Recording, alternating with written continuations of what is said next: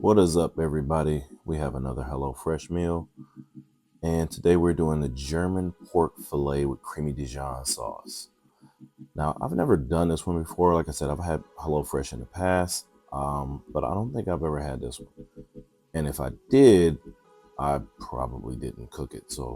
But all their meals are pretty good. So, right here, I'm just going through, as you see on the back of these recipes, it tells you exactly what to do step by step. I mean, just trust the process and you can get through this pretty painlessly. All right, so first I got to look in this bag, see what we got. Like I said, all of your ingredients are going to be in a single bag. And then make sure once you take your ingredients out, you just double check to make sure you have everything. Um,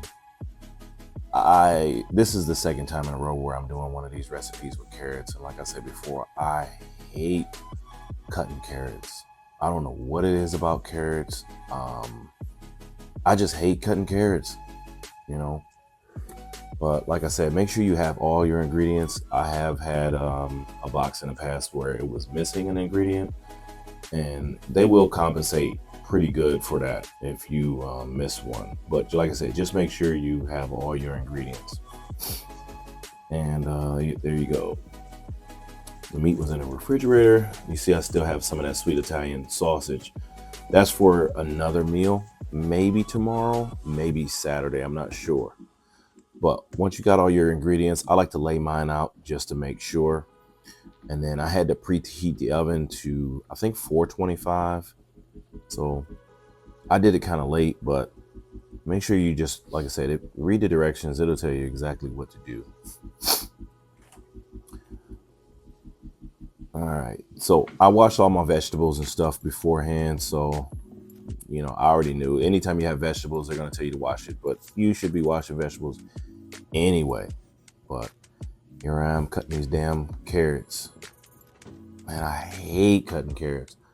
I should put a suggestion. Maybe they should just come pre-cut or something like that, because I just hate cutting carrots. I mean, they're the worst. I feel like I'm going to cut my hand off every time I cut a carrot. There you go. Carrots are all cut. And they're heavy, and they seem like they fall all over the place every time I cut them.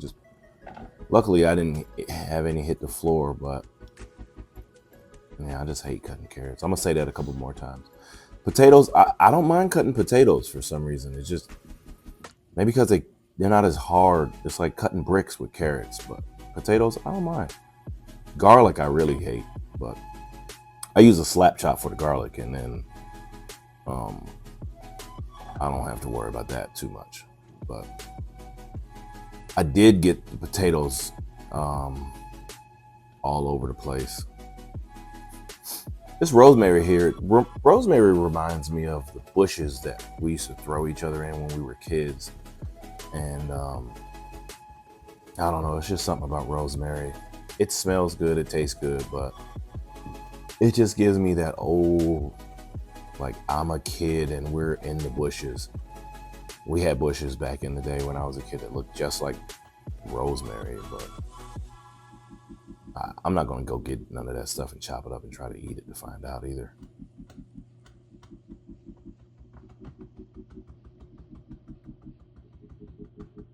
Yeah, I'm getting pretty good at that. As you see, I got my favorite knife. I told you I love that Santoku knife. I use it for everything. You probably won't see another knife in any of my videos.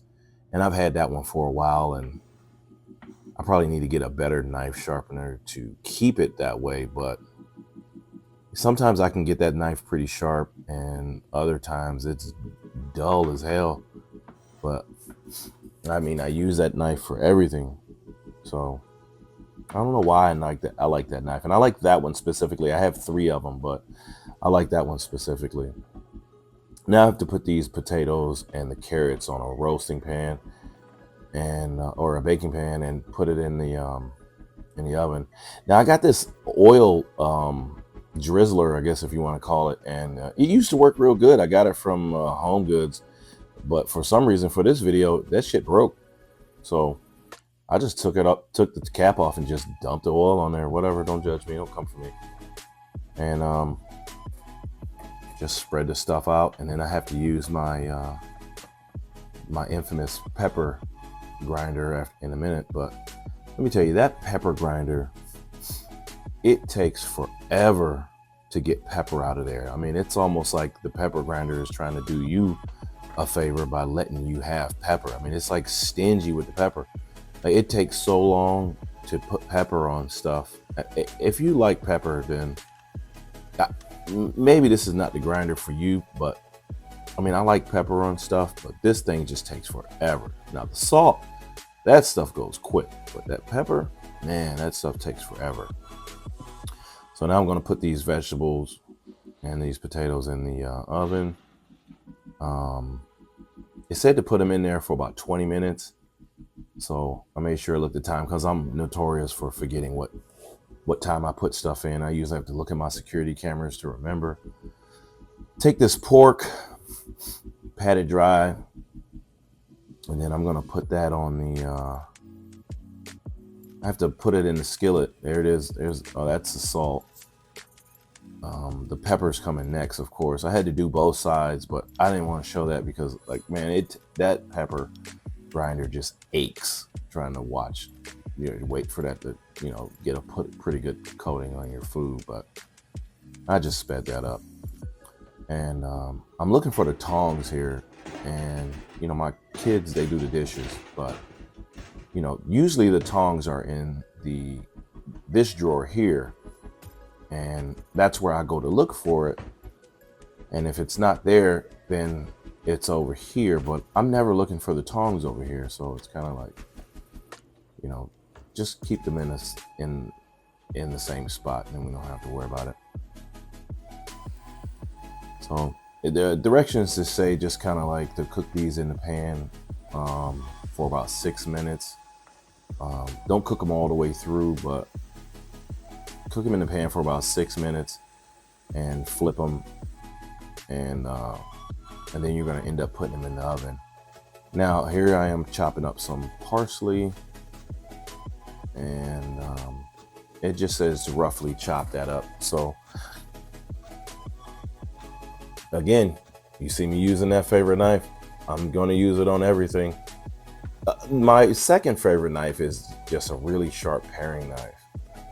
But other than that, you might see the paring knife every now and again. Every blue moon, you'll see the paring knife. But for the most part, you're going to see this knife.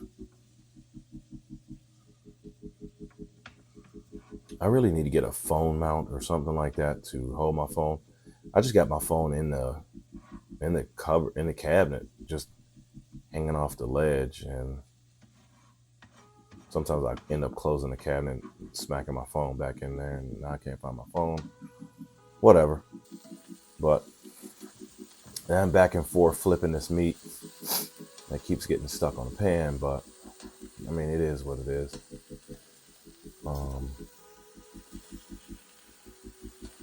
I mean, it's pretty cool. I mean, it wasn't a big deal. Just gonna have to get that stuck on meat out of the pan, because I'm gonna have to end up using this pan again later. But I just put a little water in there, and it'll come right up. And now that the meat is done, well, it's kind of done. It's like halfway done. I put it in on another baking sheet, and I'm gonna end up putting that in the oven with the vegetables. Vegetables aren't quite done. Vegetables are gonna need like another, 4 or 5 minutes, but I just put them down on the bottom, and yep. Now the vegetables are done, and I just kind of left them there for now, and move that pork up to the top rack. I don't know if that was necessary, but I did it anyway. And in the meantime, while that pork is cooking, I got to make this sauce. All right, so I'm starting with that pan. That's that same pan that I cooked the pork in. I just had to clean that out. And you use this cream sauce that they send you in the kit. There's 2 of those because it's for 4 servings. Now, luckily for us, it's only 3 of us here, so we kind of get an extra serving. I get the extra serving. So you got 2 of those, and then you have to add some It's like a Dijon mustard. It's 2 packs of those. After the mustard, you have to use this chicken stock. So the chicken stock, now the recipe that I did the other day, I was supposed to add that chicken stock right there. I forgot. So I had to add it later, but unfortunately it was after I ate it.